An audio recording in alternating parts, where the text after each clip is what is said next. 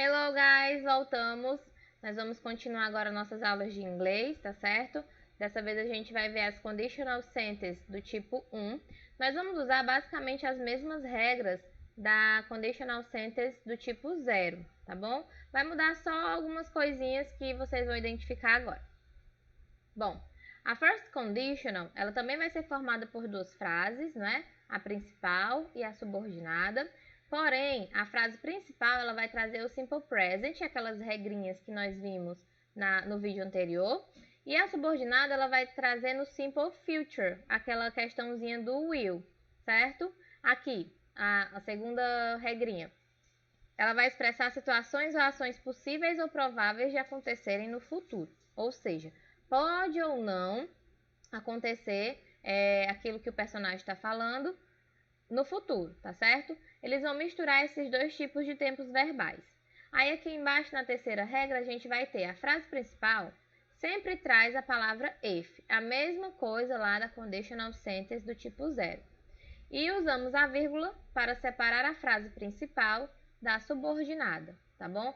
Essa partezinha aqui do final vai depender muito da estrutura, porque a gente pode inverter, né? A subordinada iniciar a nossa frase e a principal terminar. Nesse caso, não vai haver mais a vírgula, tá certo? Só vai existir a vírgula nas frases quando a principal estiver no começo e a subordinada no final. Continuando.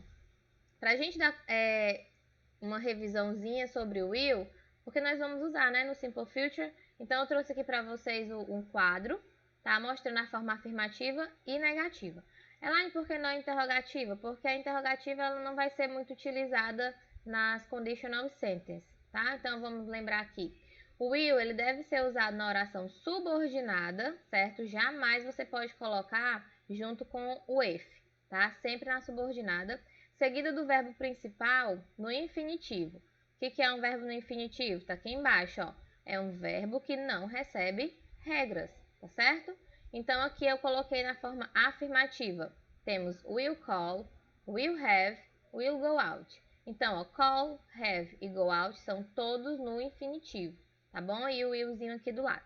Na forma negativa, vocês podem usar tanto na forma abreviada, que é o jeito que eu usei aqui, quanto na forma separada, tá bom? Então, pode ficar won't call ou will not have, tanto faz, tá bom? Ok, lembrado disso, vamos dar continuidade aqui. Olha só, nessas frases, a gente vai ter aquela estrutura normal, né?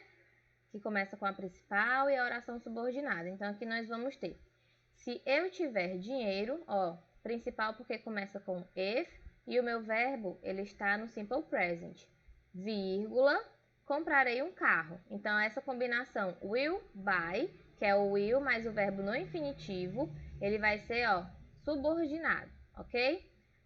A segunda frase, né, o segundo exemplo. Se ele sair do trabalho mais cedo, terá tempo de comer antes da aula. Da mesma forma, a oração principal começa com if, e esse leaves que tem aqui é porque o meu sujeito é o he. Lembra que eu falei para vocês? Quando a gente tem he, she ou it, o verbo principal aqui, ó, vai receber regrinhas, tá certo? E nesse outro aqui, ó, continua sendo he. Só que como a gente está usando o will na subordinada, o meu verbo, ó, tem que ficar totalmente sem regra, tá certo?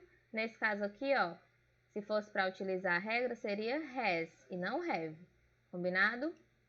O próximo exemplo que a gente vai ver, eu inverti a posição das frases, tá bom? Então, eu vou começar com a subordinada e logo em seguida a principal, tá bom? Então, aqui na primeira a gente tem We will travel to USA if we get a visa. Nós, né, vamos viajar, nós viajaremos para os Estados Unidos se a gente tiver o visto, né, passaportezinho lá. Aqui na segunda, He won't have money to travel. Ele não terá dinheiro para viajar se ele, ó, loses his job, perder o emprego. Foi o que eu disse, ó, loses, ele faz parte da oração principal porque tem o if. E por que ele recebeu a regra? Por causa do meu sujeito he, tá certo? Nesse aqui, ó, por que ele não recebeu regra? Por causa do meu sujeito we. Vocês têm que prestar atenção nos tempos verbais e no sujeito. para saber se vai receber regras ou não. Então, ó, como a subordinada começou e a principal terminou, nós não vamos ter vírgula. Como é que eu vou identificar a oração subordinada da principal? Will travel, se tiver a presença do will, vai ser subordinada. Se não tiver, ó, e tiver o if, vai ser a principal. Ok? Deixa eu ver se tinha um antes aqui. Não. Vamos lá. Aqui vai ser a correção da atividade que a gente fez na semana passada, tá certo? Vocês iam completar com a zero conditional. Então, era muito simples. Vocês tinham que identificar o sujeito, pegar o verbinho e colocar no espaço. Então, you, ele não recebe regras, né? Então, você vai pegar o do e coloca aqui. Da mesma forma com o get, porque you também não recebe regras.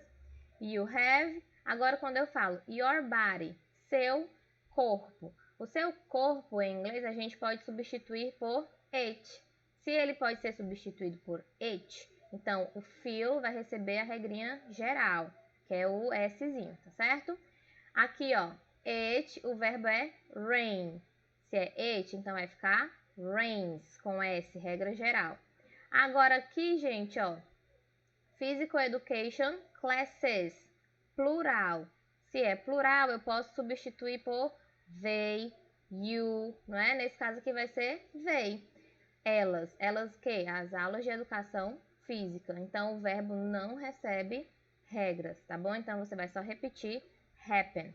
Aqui vai ser o verbo to be. Lembra que eu falei que o verbo to be ele tem que ser conjugado? Então, você vai olhar aqui, ó. If public transport. Transporte público também pode ser substituído por it. Logo, o verbinho que vai ficar aqui vai ser is, tá bom? It is. Aí vem aqui people. People é o plural de pessoa, então vai ser pessoas. Se tá no plural, não recebe regras, então o stop vai continuar sendo stop. Aqui, you não recebe regra, então repete find, you search. Ok? Prontinho. Atividade que vocês vão fazer no livro, página 26, questões 4 e 5. É bem simples, gente, olha só. Vocês vão ter esse quadrinho aqui azul e vocês vão completar os espaços de acordo com as características que o livro vem pedindo para vocês, ó. Qual desses dois, o future com o will mais o verbo ou present, ele vai se referir a coisas que sempre são verdade, pode acontecer, né? Então, ó, certain, tem certeza que vai acontecer, né? Nós vamos usar o futuro ou presente, aí vocês colocam aí. Aqui, ó, no segundo pontinho, qual deles dois é usado para uma possível, né, uma probabilidade de acontecimento, aquilo que você não sabe se vai realmente acontecer. Aí você vai colocar a resposta. Na quinta questão, vocês vão usar os verbos igualzinho como a gente fez na atividade da aula passada, tá bom? Só que nesse caso eles vão colocar o not, certo? Quando ele usa o not, você tem que lembrar se vai ser o doesn't ou se vai ser o don't, tá bom? Essa questão 5 aqui, ela está se referindo a zero conditional, ou seja, você só vai usar o simple present.